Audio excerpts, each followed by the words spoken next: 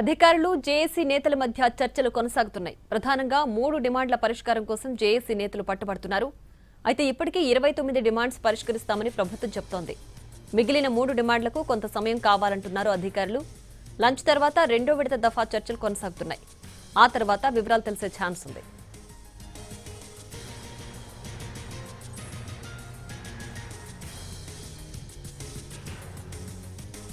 RTC కార్మికులు ప్రధానంగా 3 డిమాండ్లను ప్రస్తావిస్తున్నారు.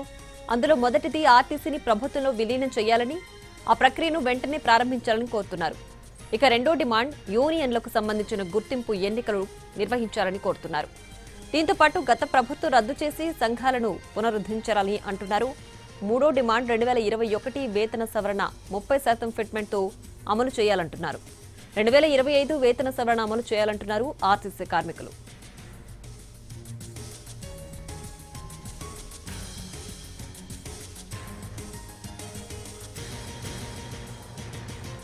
ఇక ఇదే అంశానికి సంబంధించి మరింత సమాచారాన్ని మా ప్రతినిధి సుధీర్ లైవ్ లో అందించడానికి సిద్ధంగా ఉన్నారు.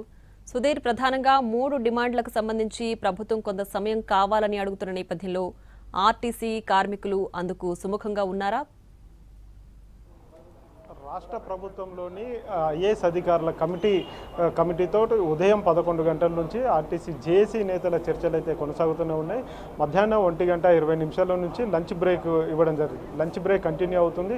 లంచ్ చేసిన తర్వాత ఆర్టీసీ జేఏసీ నేతలందరూ వచ్చి కూడా పొన్నం ప్రభాకర్ ఛాంబర్లో వెయిట్ చేసిన పరిస్థితి అయితే ఉంది. ఇప్పటికీ ఐఏఎస్ అధికారులు వారి లంచ్ కార్యక్రమాన్ని పూర్తి చేసుకొని ఇంకా ఆ ఛాంబర్కు రాలేదు. వారి కోసం ఎదురు చూస్తున్న పరిస్థితి అయితే ఉంది. లంచ్ కంటే ముందు దాదాపు 32 డిమాండ్లకు సంబంధించి చర్చ జరిగింది. 32 డిమాండ్లో కింది నుంచి అంటే కింది స్థాయిలో ఉన్న డిమాండ్స్ ఏవైతే ఉన్నాయో ఆ డిమాండ్స్ అన్నింటినీ కూడా మరొకసారి అధికారుల దృష్టికి తీసుకొచ్చారు. అధికారులు ప్రతి ఒక్క డిమాండ్ని చదివి వినిపించడం జరిగింది. అదేవిధంగా నేతలు ఆర్టీసీ జేఏసీ నేతలు కూడా వాటికి సంబంధించిన పరిష్కార మార్గాలను చెప్తూ వచ్చారు.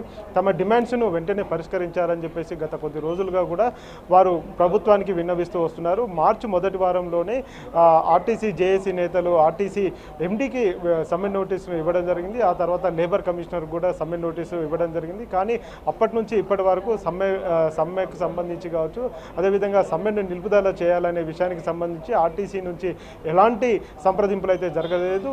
గడిచిన 3 రోజుల క్రితం రాష్ట్ర ప్రభుత్వం ఐఏఎస్ అధికారులతో 4 ఐఏఎస్ అధికారులతో ఒక కమిటీని నియమించింది. ఆ కమిటీలో స్పెషల్ సిఎస్గా ఉన్న వికాస్ రాజ్, అదేవిధంగా ప్రిన్సిపల్ సెక్రటరీ ఫైనాన్స్ ప్రిన్సిపల్ సెక్రటరీగా ఉన్న సందీప్ కుమార్ సుల్తానియా, అదేవిధంగా లేబర్ కమిషనర్గా ఉన్న లేబర్ ప్రిన్సిపల్ సెక్రటరీగా ఉన్న దానకిషోర్, అదేవిధంగా ఆర్టీసీ ఎండీగా వ్యవహరిస్తున్న నాగిరెడ్డి, ఈ నలుగురితోటి ఒక కమిటీ వేయడం జరిగింది. ఆ కమిటీ ఆర్టీసీ జేఏసీ తోటి చర్చలు జరపాలని చెప్పేసి ఆ కమిటీని నియమించడం జరిగింది. అయితే ఆ కమిటీ చేసిన చర్చలు చాలా వరకు జరిగినప్పటికీ కూడా ఆ రోజు రాత్రి వరకు కూడా చర్చలు కొనసాగినా కానీ రాత్రి 10 గంటల సమయంలో చర్చలు విఫలమయ్యాయి. దీంతో వారంతా కూడా జేఏసీ నేతలంతా కూడా సమ్మెకు వెళ్లారు. ఇప్పుడు 3వ రోజు సమ్మె కొనసాగుతూనే ఉంది. నిన్న ఉమ్మడి వరంగల్ జిల్లాకు సంబంధించి నర్సంపేటలో శంకర్ గౌడ్ అని చెప్పేసి డ్రైవర్ ఆత్మహత్య యత్నం చేశారు.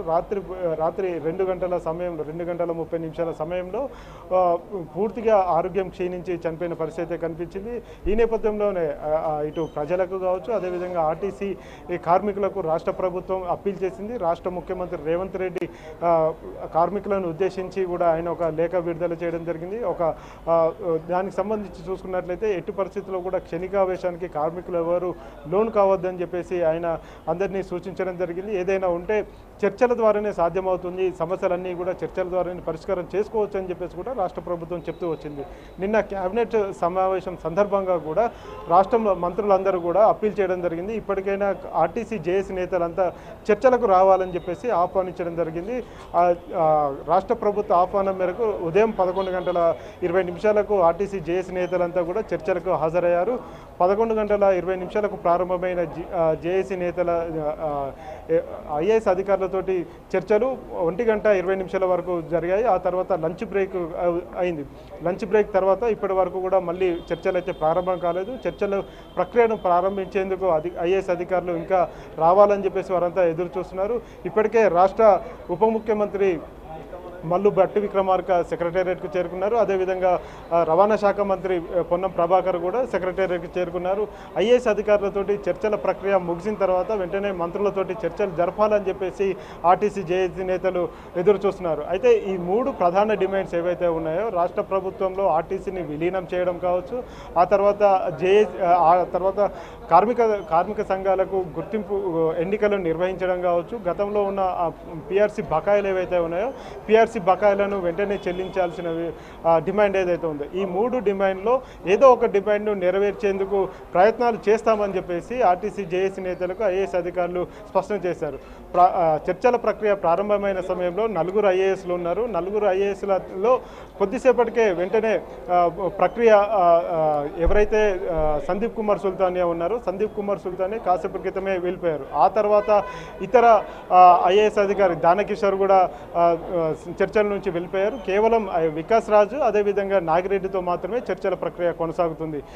లంచ్ తర్వాత ఆ ప్రక్రియ కూడా అట్లే ఆగిపోయిన పరిస్థితి కనిపిస్తుంది. ఇంకా చర్చల ప్రక్రియ ప్రారంభం కాలేదు. లంచ్ తర్వాత చర్చల ప్రక్రియ ప్రారంభం కాలేదు.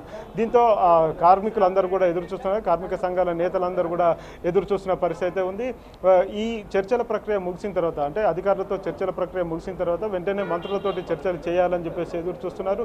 మరొక వైపు రాష్ట్ర వ్యాప్తంగా కూడా ఆర్టీసీ సమ్మెకు మద్దతు పలుకుతున్నారు. ఇప్పటికే రాష్ట్ర ప్రభుత్వ ఉద్యోగుల జేఏసీ ఏదైతే ఉందో టీజీఓ టీఎన్జీఓ కలిపి ఒక జేఏసీ ఏర్పాటు చేశారు. ఆ జేఏసీ ఇప్పటికే ఆర్టీసీకి సంబంధించి మద్దతు ప్రకటించడం జరిగింది. వీరితో పాటుగా ఇతర ఉద్యోగ పక్షాలు కూడా వారి సమ్మెకు మద్దతు ప్రకటించడం జరిగింది. అయితే మరొక వైపు నర్సంపేటలో ఉద్రిక్త పరిస్థితులు నెలకొన్న పరిస్థితి కనబడుతుంది. రాష్ట్ర వ్యాప్తంగా ఆయా డిపోల దగ్గర కూడా ఉద్రిక్త పరిస్థితులు అయితే నెలకొన్నాయి.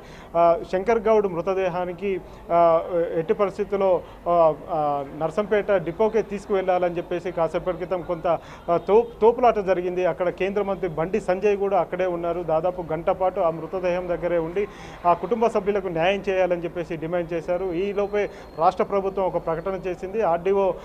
స్థానిక ఆర్డీఓ తోటి 10 లక్షల రూపాయల ఎక్స్గ్రేషియా ఇవ్వాలని చెప్పేసి నిర్ణయించినట్టుగా కూడా తెలిసింది.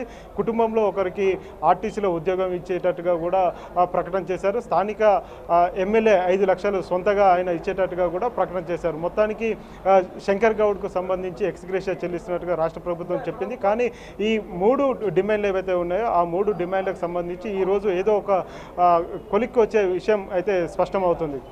Right Sudheer, thanks for the updates.